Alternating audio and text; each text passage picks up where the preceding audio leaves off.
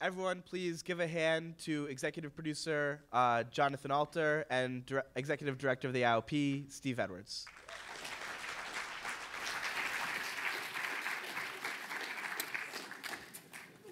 Jonathan, thanks so much for being here. Thanks so much for doing this. I should say to everybody who's coming today to participate, in many cases flying across the country, making space in their schedule to be with us. So thank you so much. Welcome back to Chicago. Welcome back to the University of Chicago. Thank you, Steve. I'm really glad to be here.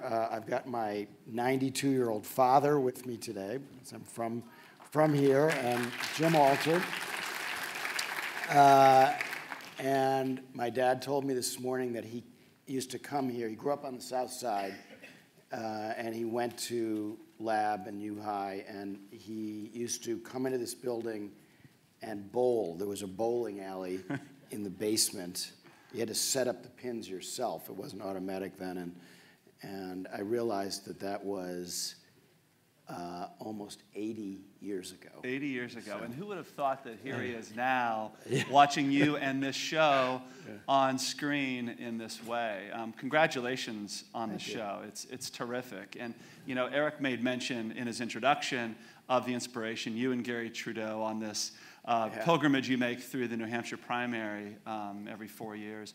Take me back to that conversation. What was it that inspired the two of you to do this? So this is Gary's show. He's the creator, and along with me and one other guy, we're the executive producers, but it's his baby. And he had written a script that you just saw for the pilot in late 2008, and it was kind of too late for that election year. And then HBO had been interested, and he had done a show called Tanner 88 some years ago on politics. It was a terrific show. But HBO had Veep, and they had Newsroom in the pipeline. And so the project seemed like it was dead. And I was traveling with Gary for the last 20 years. Every 4 years, we've gone on a kind of a political tourism trip. You know, I would be up in New Hampshire for Newsweek, and Gary, to get out of the house where he did Doonesbury, he would come with me. In 2008, we didn't go to New Hampshire. We went to Berlin and followed Obama to Berlin and London. But it's just something that we did, a road trip that we like to do. I had first met him in the 80s and written about him in Newsweek. And so we had become good friends. And so it felt like the project was dead, and I was trying to help him revive it. He hadn't really shopped it very much. Our third partner, Elliot Webb, is his agent and the inspiration for a character named Sid Kibitz in Doonesbury, who's a Hollywood agent. And Elliot had not really shopped the project for Alpha House too much, because Gary got involved with other things. And I heard that Amazon was going into the content business. And so I said, Gary, like, how about if I send this to Amazon and try to sell it there? And he goes, you mean like web video? It's like hostage video. You know? So that's I don't want. I worked. He said, I worked hard on this pilot. I don't want it to be a $10,000 project. And this was before House of Cards, before Netflix, and we knew that Netflix was in this business. And so I said, well, let's just give it a try. So I peddled it to Amazon. I sold it to Amazon, and that's the only reason I became his partner on this. But you actually have a much more involved role in the writing of this series now. I mean, in comparison to the budgets that, say, House of Cards had, this was like a mom and pop operation getting this pilot done. But we did get enough money from Amazon to hire John Goodman and the resources that we needed. And so, but it was an adventure, because Gary hadn't done this for 25 years. Elliot had been an agent, not a producer. I came out of journalism. Amazon had never done any original content. And they let us shoot this pilot, and then they had this very unusual crowdsourced process where they commissioned last year 8 pilots, and they posted them in the spring of 2013, and they let the people weigh in. It wasn't a popularity contest in itself because there was actually a show called Zombieland, which had been developed out of the movie, and they had, it was streamed many thousands more times or millions more times than our show was. So it wasn't just how popular it was, but it was a combination of people watching, people finishing the episode, and the comments. And so while we got some nasty comments from some right-wingers, overall we were getting 4.5 out of 5 stars if you went on Amazon and looked at the comments.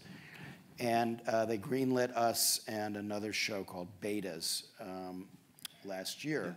And we shot another 10 episodes, which began airing in November of last year. The first 3 are free. And then if you want to watch the next 8 of the first season, you have to subscribe to Amazon Prime.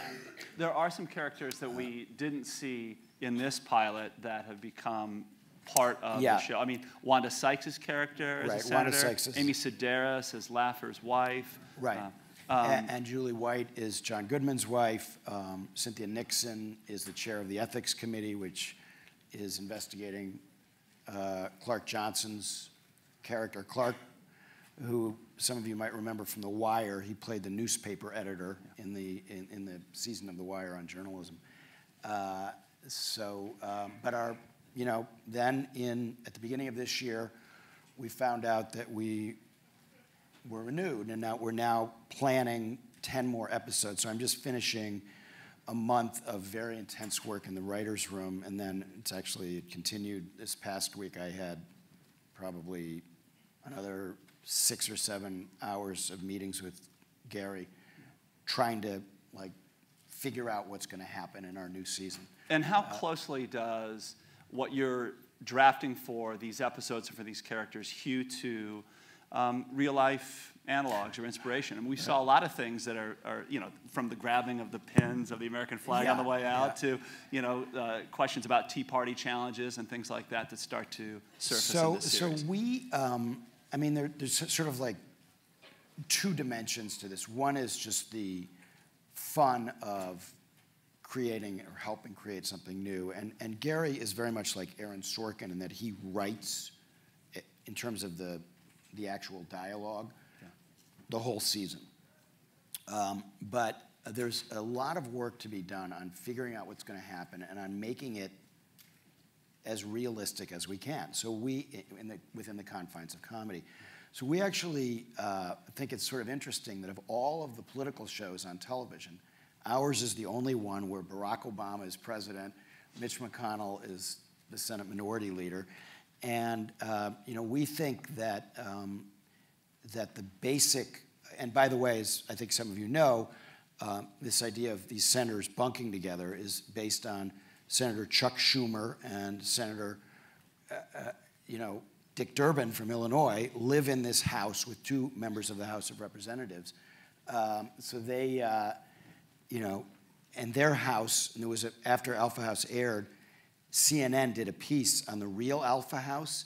It is so much more of a pigsty than our Alpha House. By the way, because this is the pilot, this was before we built all of our sets.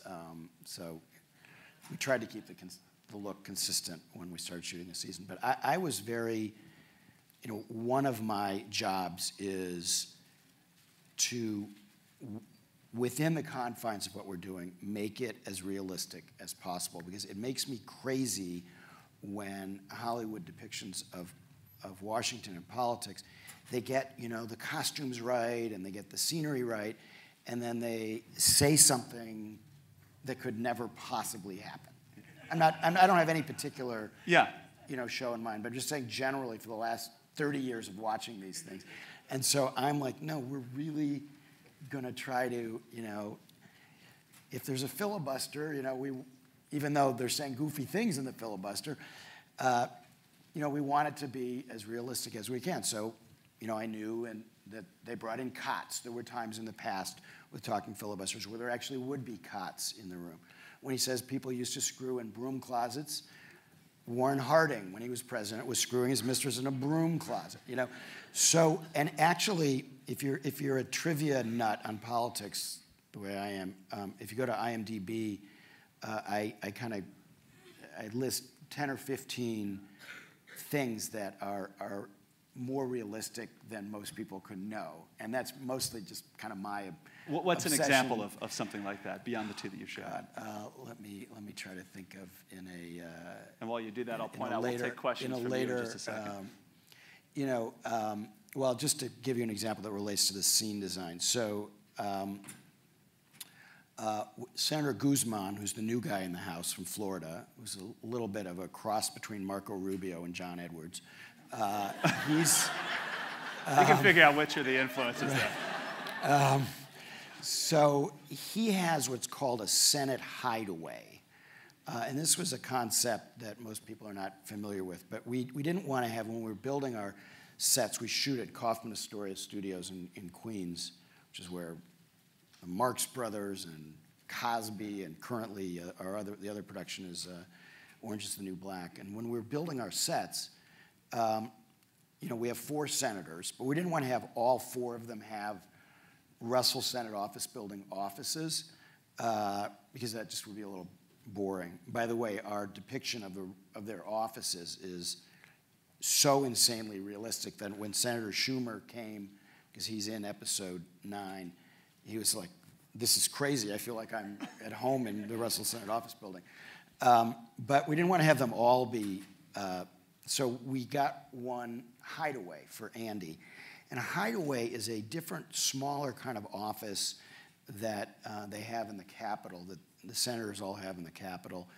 And so, the production designer who I had brought down to Washington on kind of a field trip had not been able to go to a hideaway because the press doesn't go to them under normal circumstances, and there are no photographs of them, of hideaways online, or very few. So, but I remembered that in 2002, I did a story for the Today Show with Ted Kennedy on the 40th anniversary of him coming to the United States Senate. And because it was a kind of celebration of his time there, he let me interview him in his hideaway. And so the production team went and they dug up this video from 2002 from the NBC archives, and they got down to the color of the hideaway walls. They reproduced what it really looks like. Just freezing the frame and taking a look at what that hideaway was like. Because it would just bug me, and I don't think it would bug anybody in the audience, but it would bug me if we had Andy in a hideaway and it didn't look like a hideaway. Like, what's this? This isn't a hideaway. And people in Washington who've seen the show, also appreciate that there's a level of realism underneath the comedy. And also the fact that these guys are not manipulating events. They're not powerful. They're 4 goofy guys trying to get reelected. And we think that is, very close to the essence of what Washington is really about. David Axelrod likes to say, the first rule of politics is the art of survival and self-preservation, and there is a lot of that comes through here, right? Right. There's a lot of that, and I was interested in what Bo Willimon said on this fantastic show. I'm a huge House of Cards fan, and I was actually very relieved to hear that he was making changes all the way through, because that's the organic way that we work too. So, as you said, we added Wanda Sykes. She's a senator from Illinois, kind of a little similar to Carol Moseley Braun. In fact, when the costume director asked me what should Wanda wear, I pulled up pictures of Carol Moseley Braun on my iPhone, and he developed some costumes off of that. So, we do try to, but most of the, if you see it, she's not really like Carol Moseley Braun. We're borrowing from different places and adding new characters. We have a couple new characters we're working on for the new season. We have a lot of cameos. So you saw Bill Murray, and he comes back for a cameo in season 2. And Colbert, my wife is an executive producer of his show, and so, you know, I was able to get him to be in Alpha House, and you'll see him in episode 2 if you keep watching. And then we have we have a number of other cameos. Some of the fun ones are in the season finale, episode 11, which is a funeral. Without giving away too much, a senator, not one of our main characters, dies. He dies, again, this is something borrowed from history to give you a sense of how we work. You know, when we decided that we wanted him to die, I remembered that Nelson Rockefeller had died having sex with his secretary. So that episode where that happens is called In the Saddle, and it's a senator that you actually saw in this pilot who dies. So his funeral is a big Washington event. Funerals and weddings are, you know, and they have their own Washington dynamic, and we wanted to get it right. Obviously, the eulogies are funny and not, you know, straight depictions, but the fact that everybody's passing out their cards and schmoozing at the wedding, and John Goodman's trying to get the casket up the aisle, and, you know, actually Stephen Colbert's wife plays a booker, you know, Senator can get you on Fox News Sunday, and so then we needed other mourners, and this is a funeral of a very conservative Republican. So I got Dick Morris, Michael Steele, Grover Norquist, we had Tom Brokaw, and just for fun, I also cast Anthony Weiner as an extra. All right, let's take a couple quick questions here before we go. Anybody have questions? Yeah, Eric? Hi, so as one of the resident right-wingers, I actually really enjoyed the show. Good. One question I have is, each senator over the first season kind of has a see the light moment where they decide to maybe turn away a little bit from the traditional Republican viewpoint. Do you think that kind of, the way it's framed is maybe a different kind of Republican attitude? Do you think that that's more realistic or more a little bit of Gary Trudeau's political affiliation kind of shining through the... So I have to, just so that he doesn't take all the blame, if you go on Breitbart or one of those sites, they attack me and Gary, so I'm partly to blame for that if you think that. You know, but interestingly, I'm glad that you like it, because a lot of Republican viewers have really liked the show because it humanizes these senators, you know, and you like them. And we don't have, you know, in some ways, the Cynthia Nixon character, who's the Democratic chair of the Senate Ethics Committee, is the least likable of the main characters. But in answer to your question, I think that this is one of the reasons why Gary changed them from Democrats, which Schumer and Durbin are, to Republicans, because Republicans are in a much more of a predicament now, and we think it's a very realistic predicament. 3 of our 4 guys were elected in the 90s, you know, and when they came, this was well before the Tea Party, and they were, to give you an example, like Obamacare is very close to the plan that was proposed in the 90s by Republican Senators Howard Baker and Bob Dole. Very, very close, including the individual mandate and all the rest. So these guys came to town when the Republican Party was kind of in a different place. And so now in our first season, they're being challenged in Republican primaries by Tea Party candidates, like the Duke basketball coach who's going to challenge the UNC basketball coach, John Goodman, you know, he's Tea Party. And the debate, which is episode 5 or 6, I'm getting confused, you know, you see some of those sort of Tea Party themes. So it's true that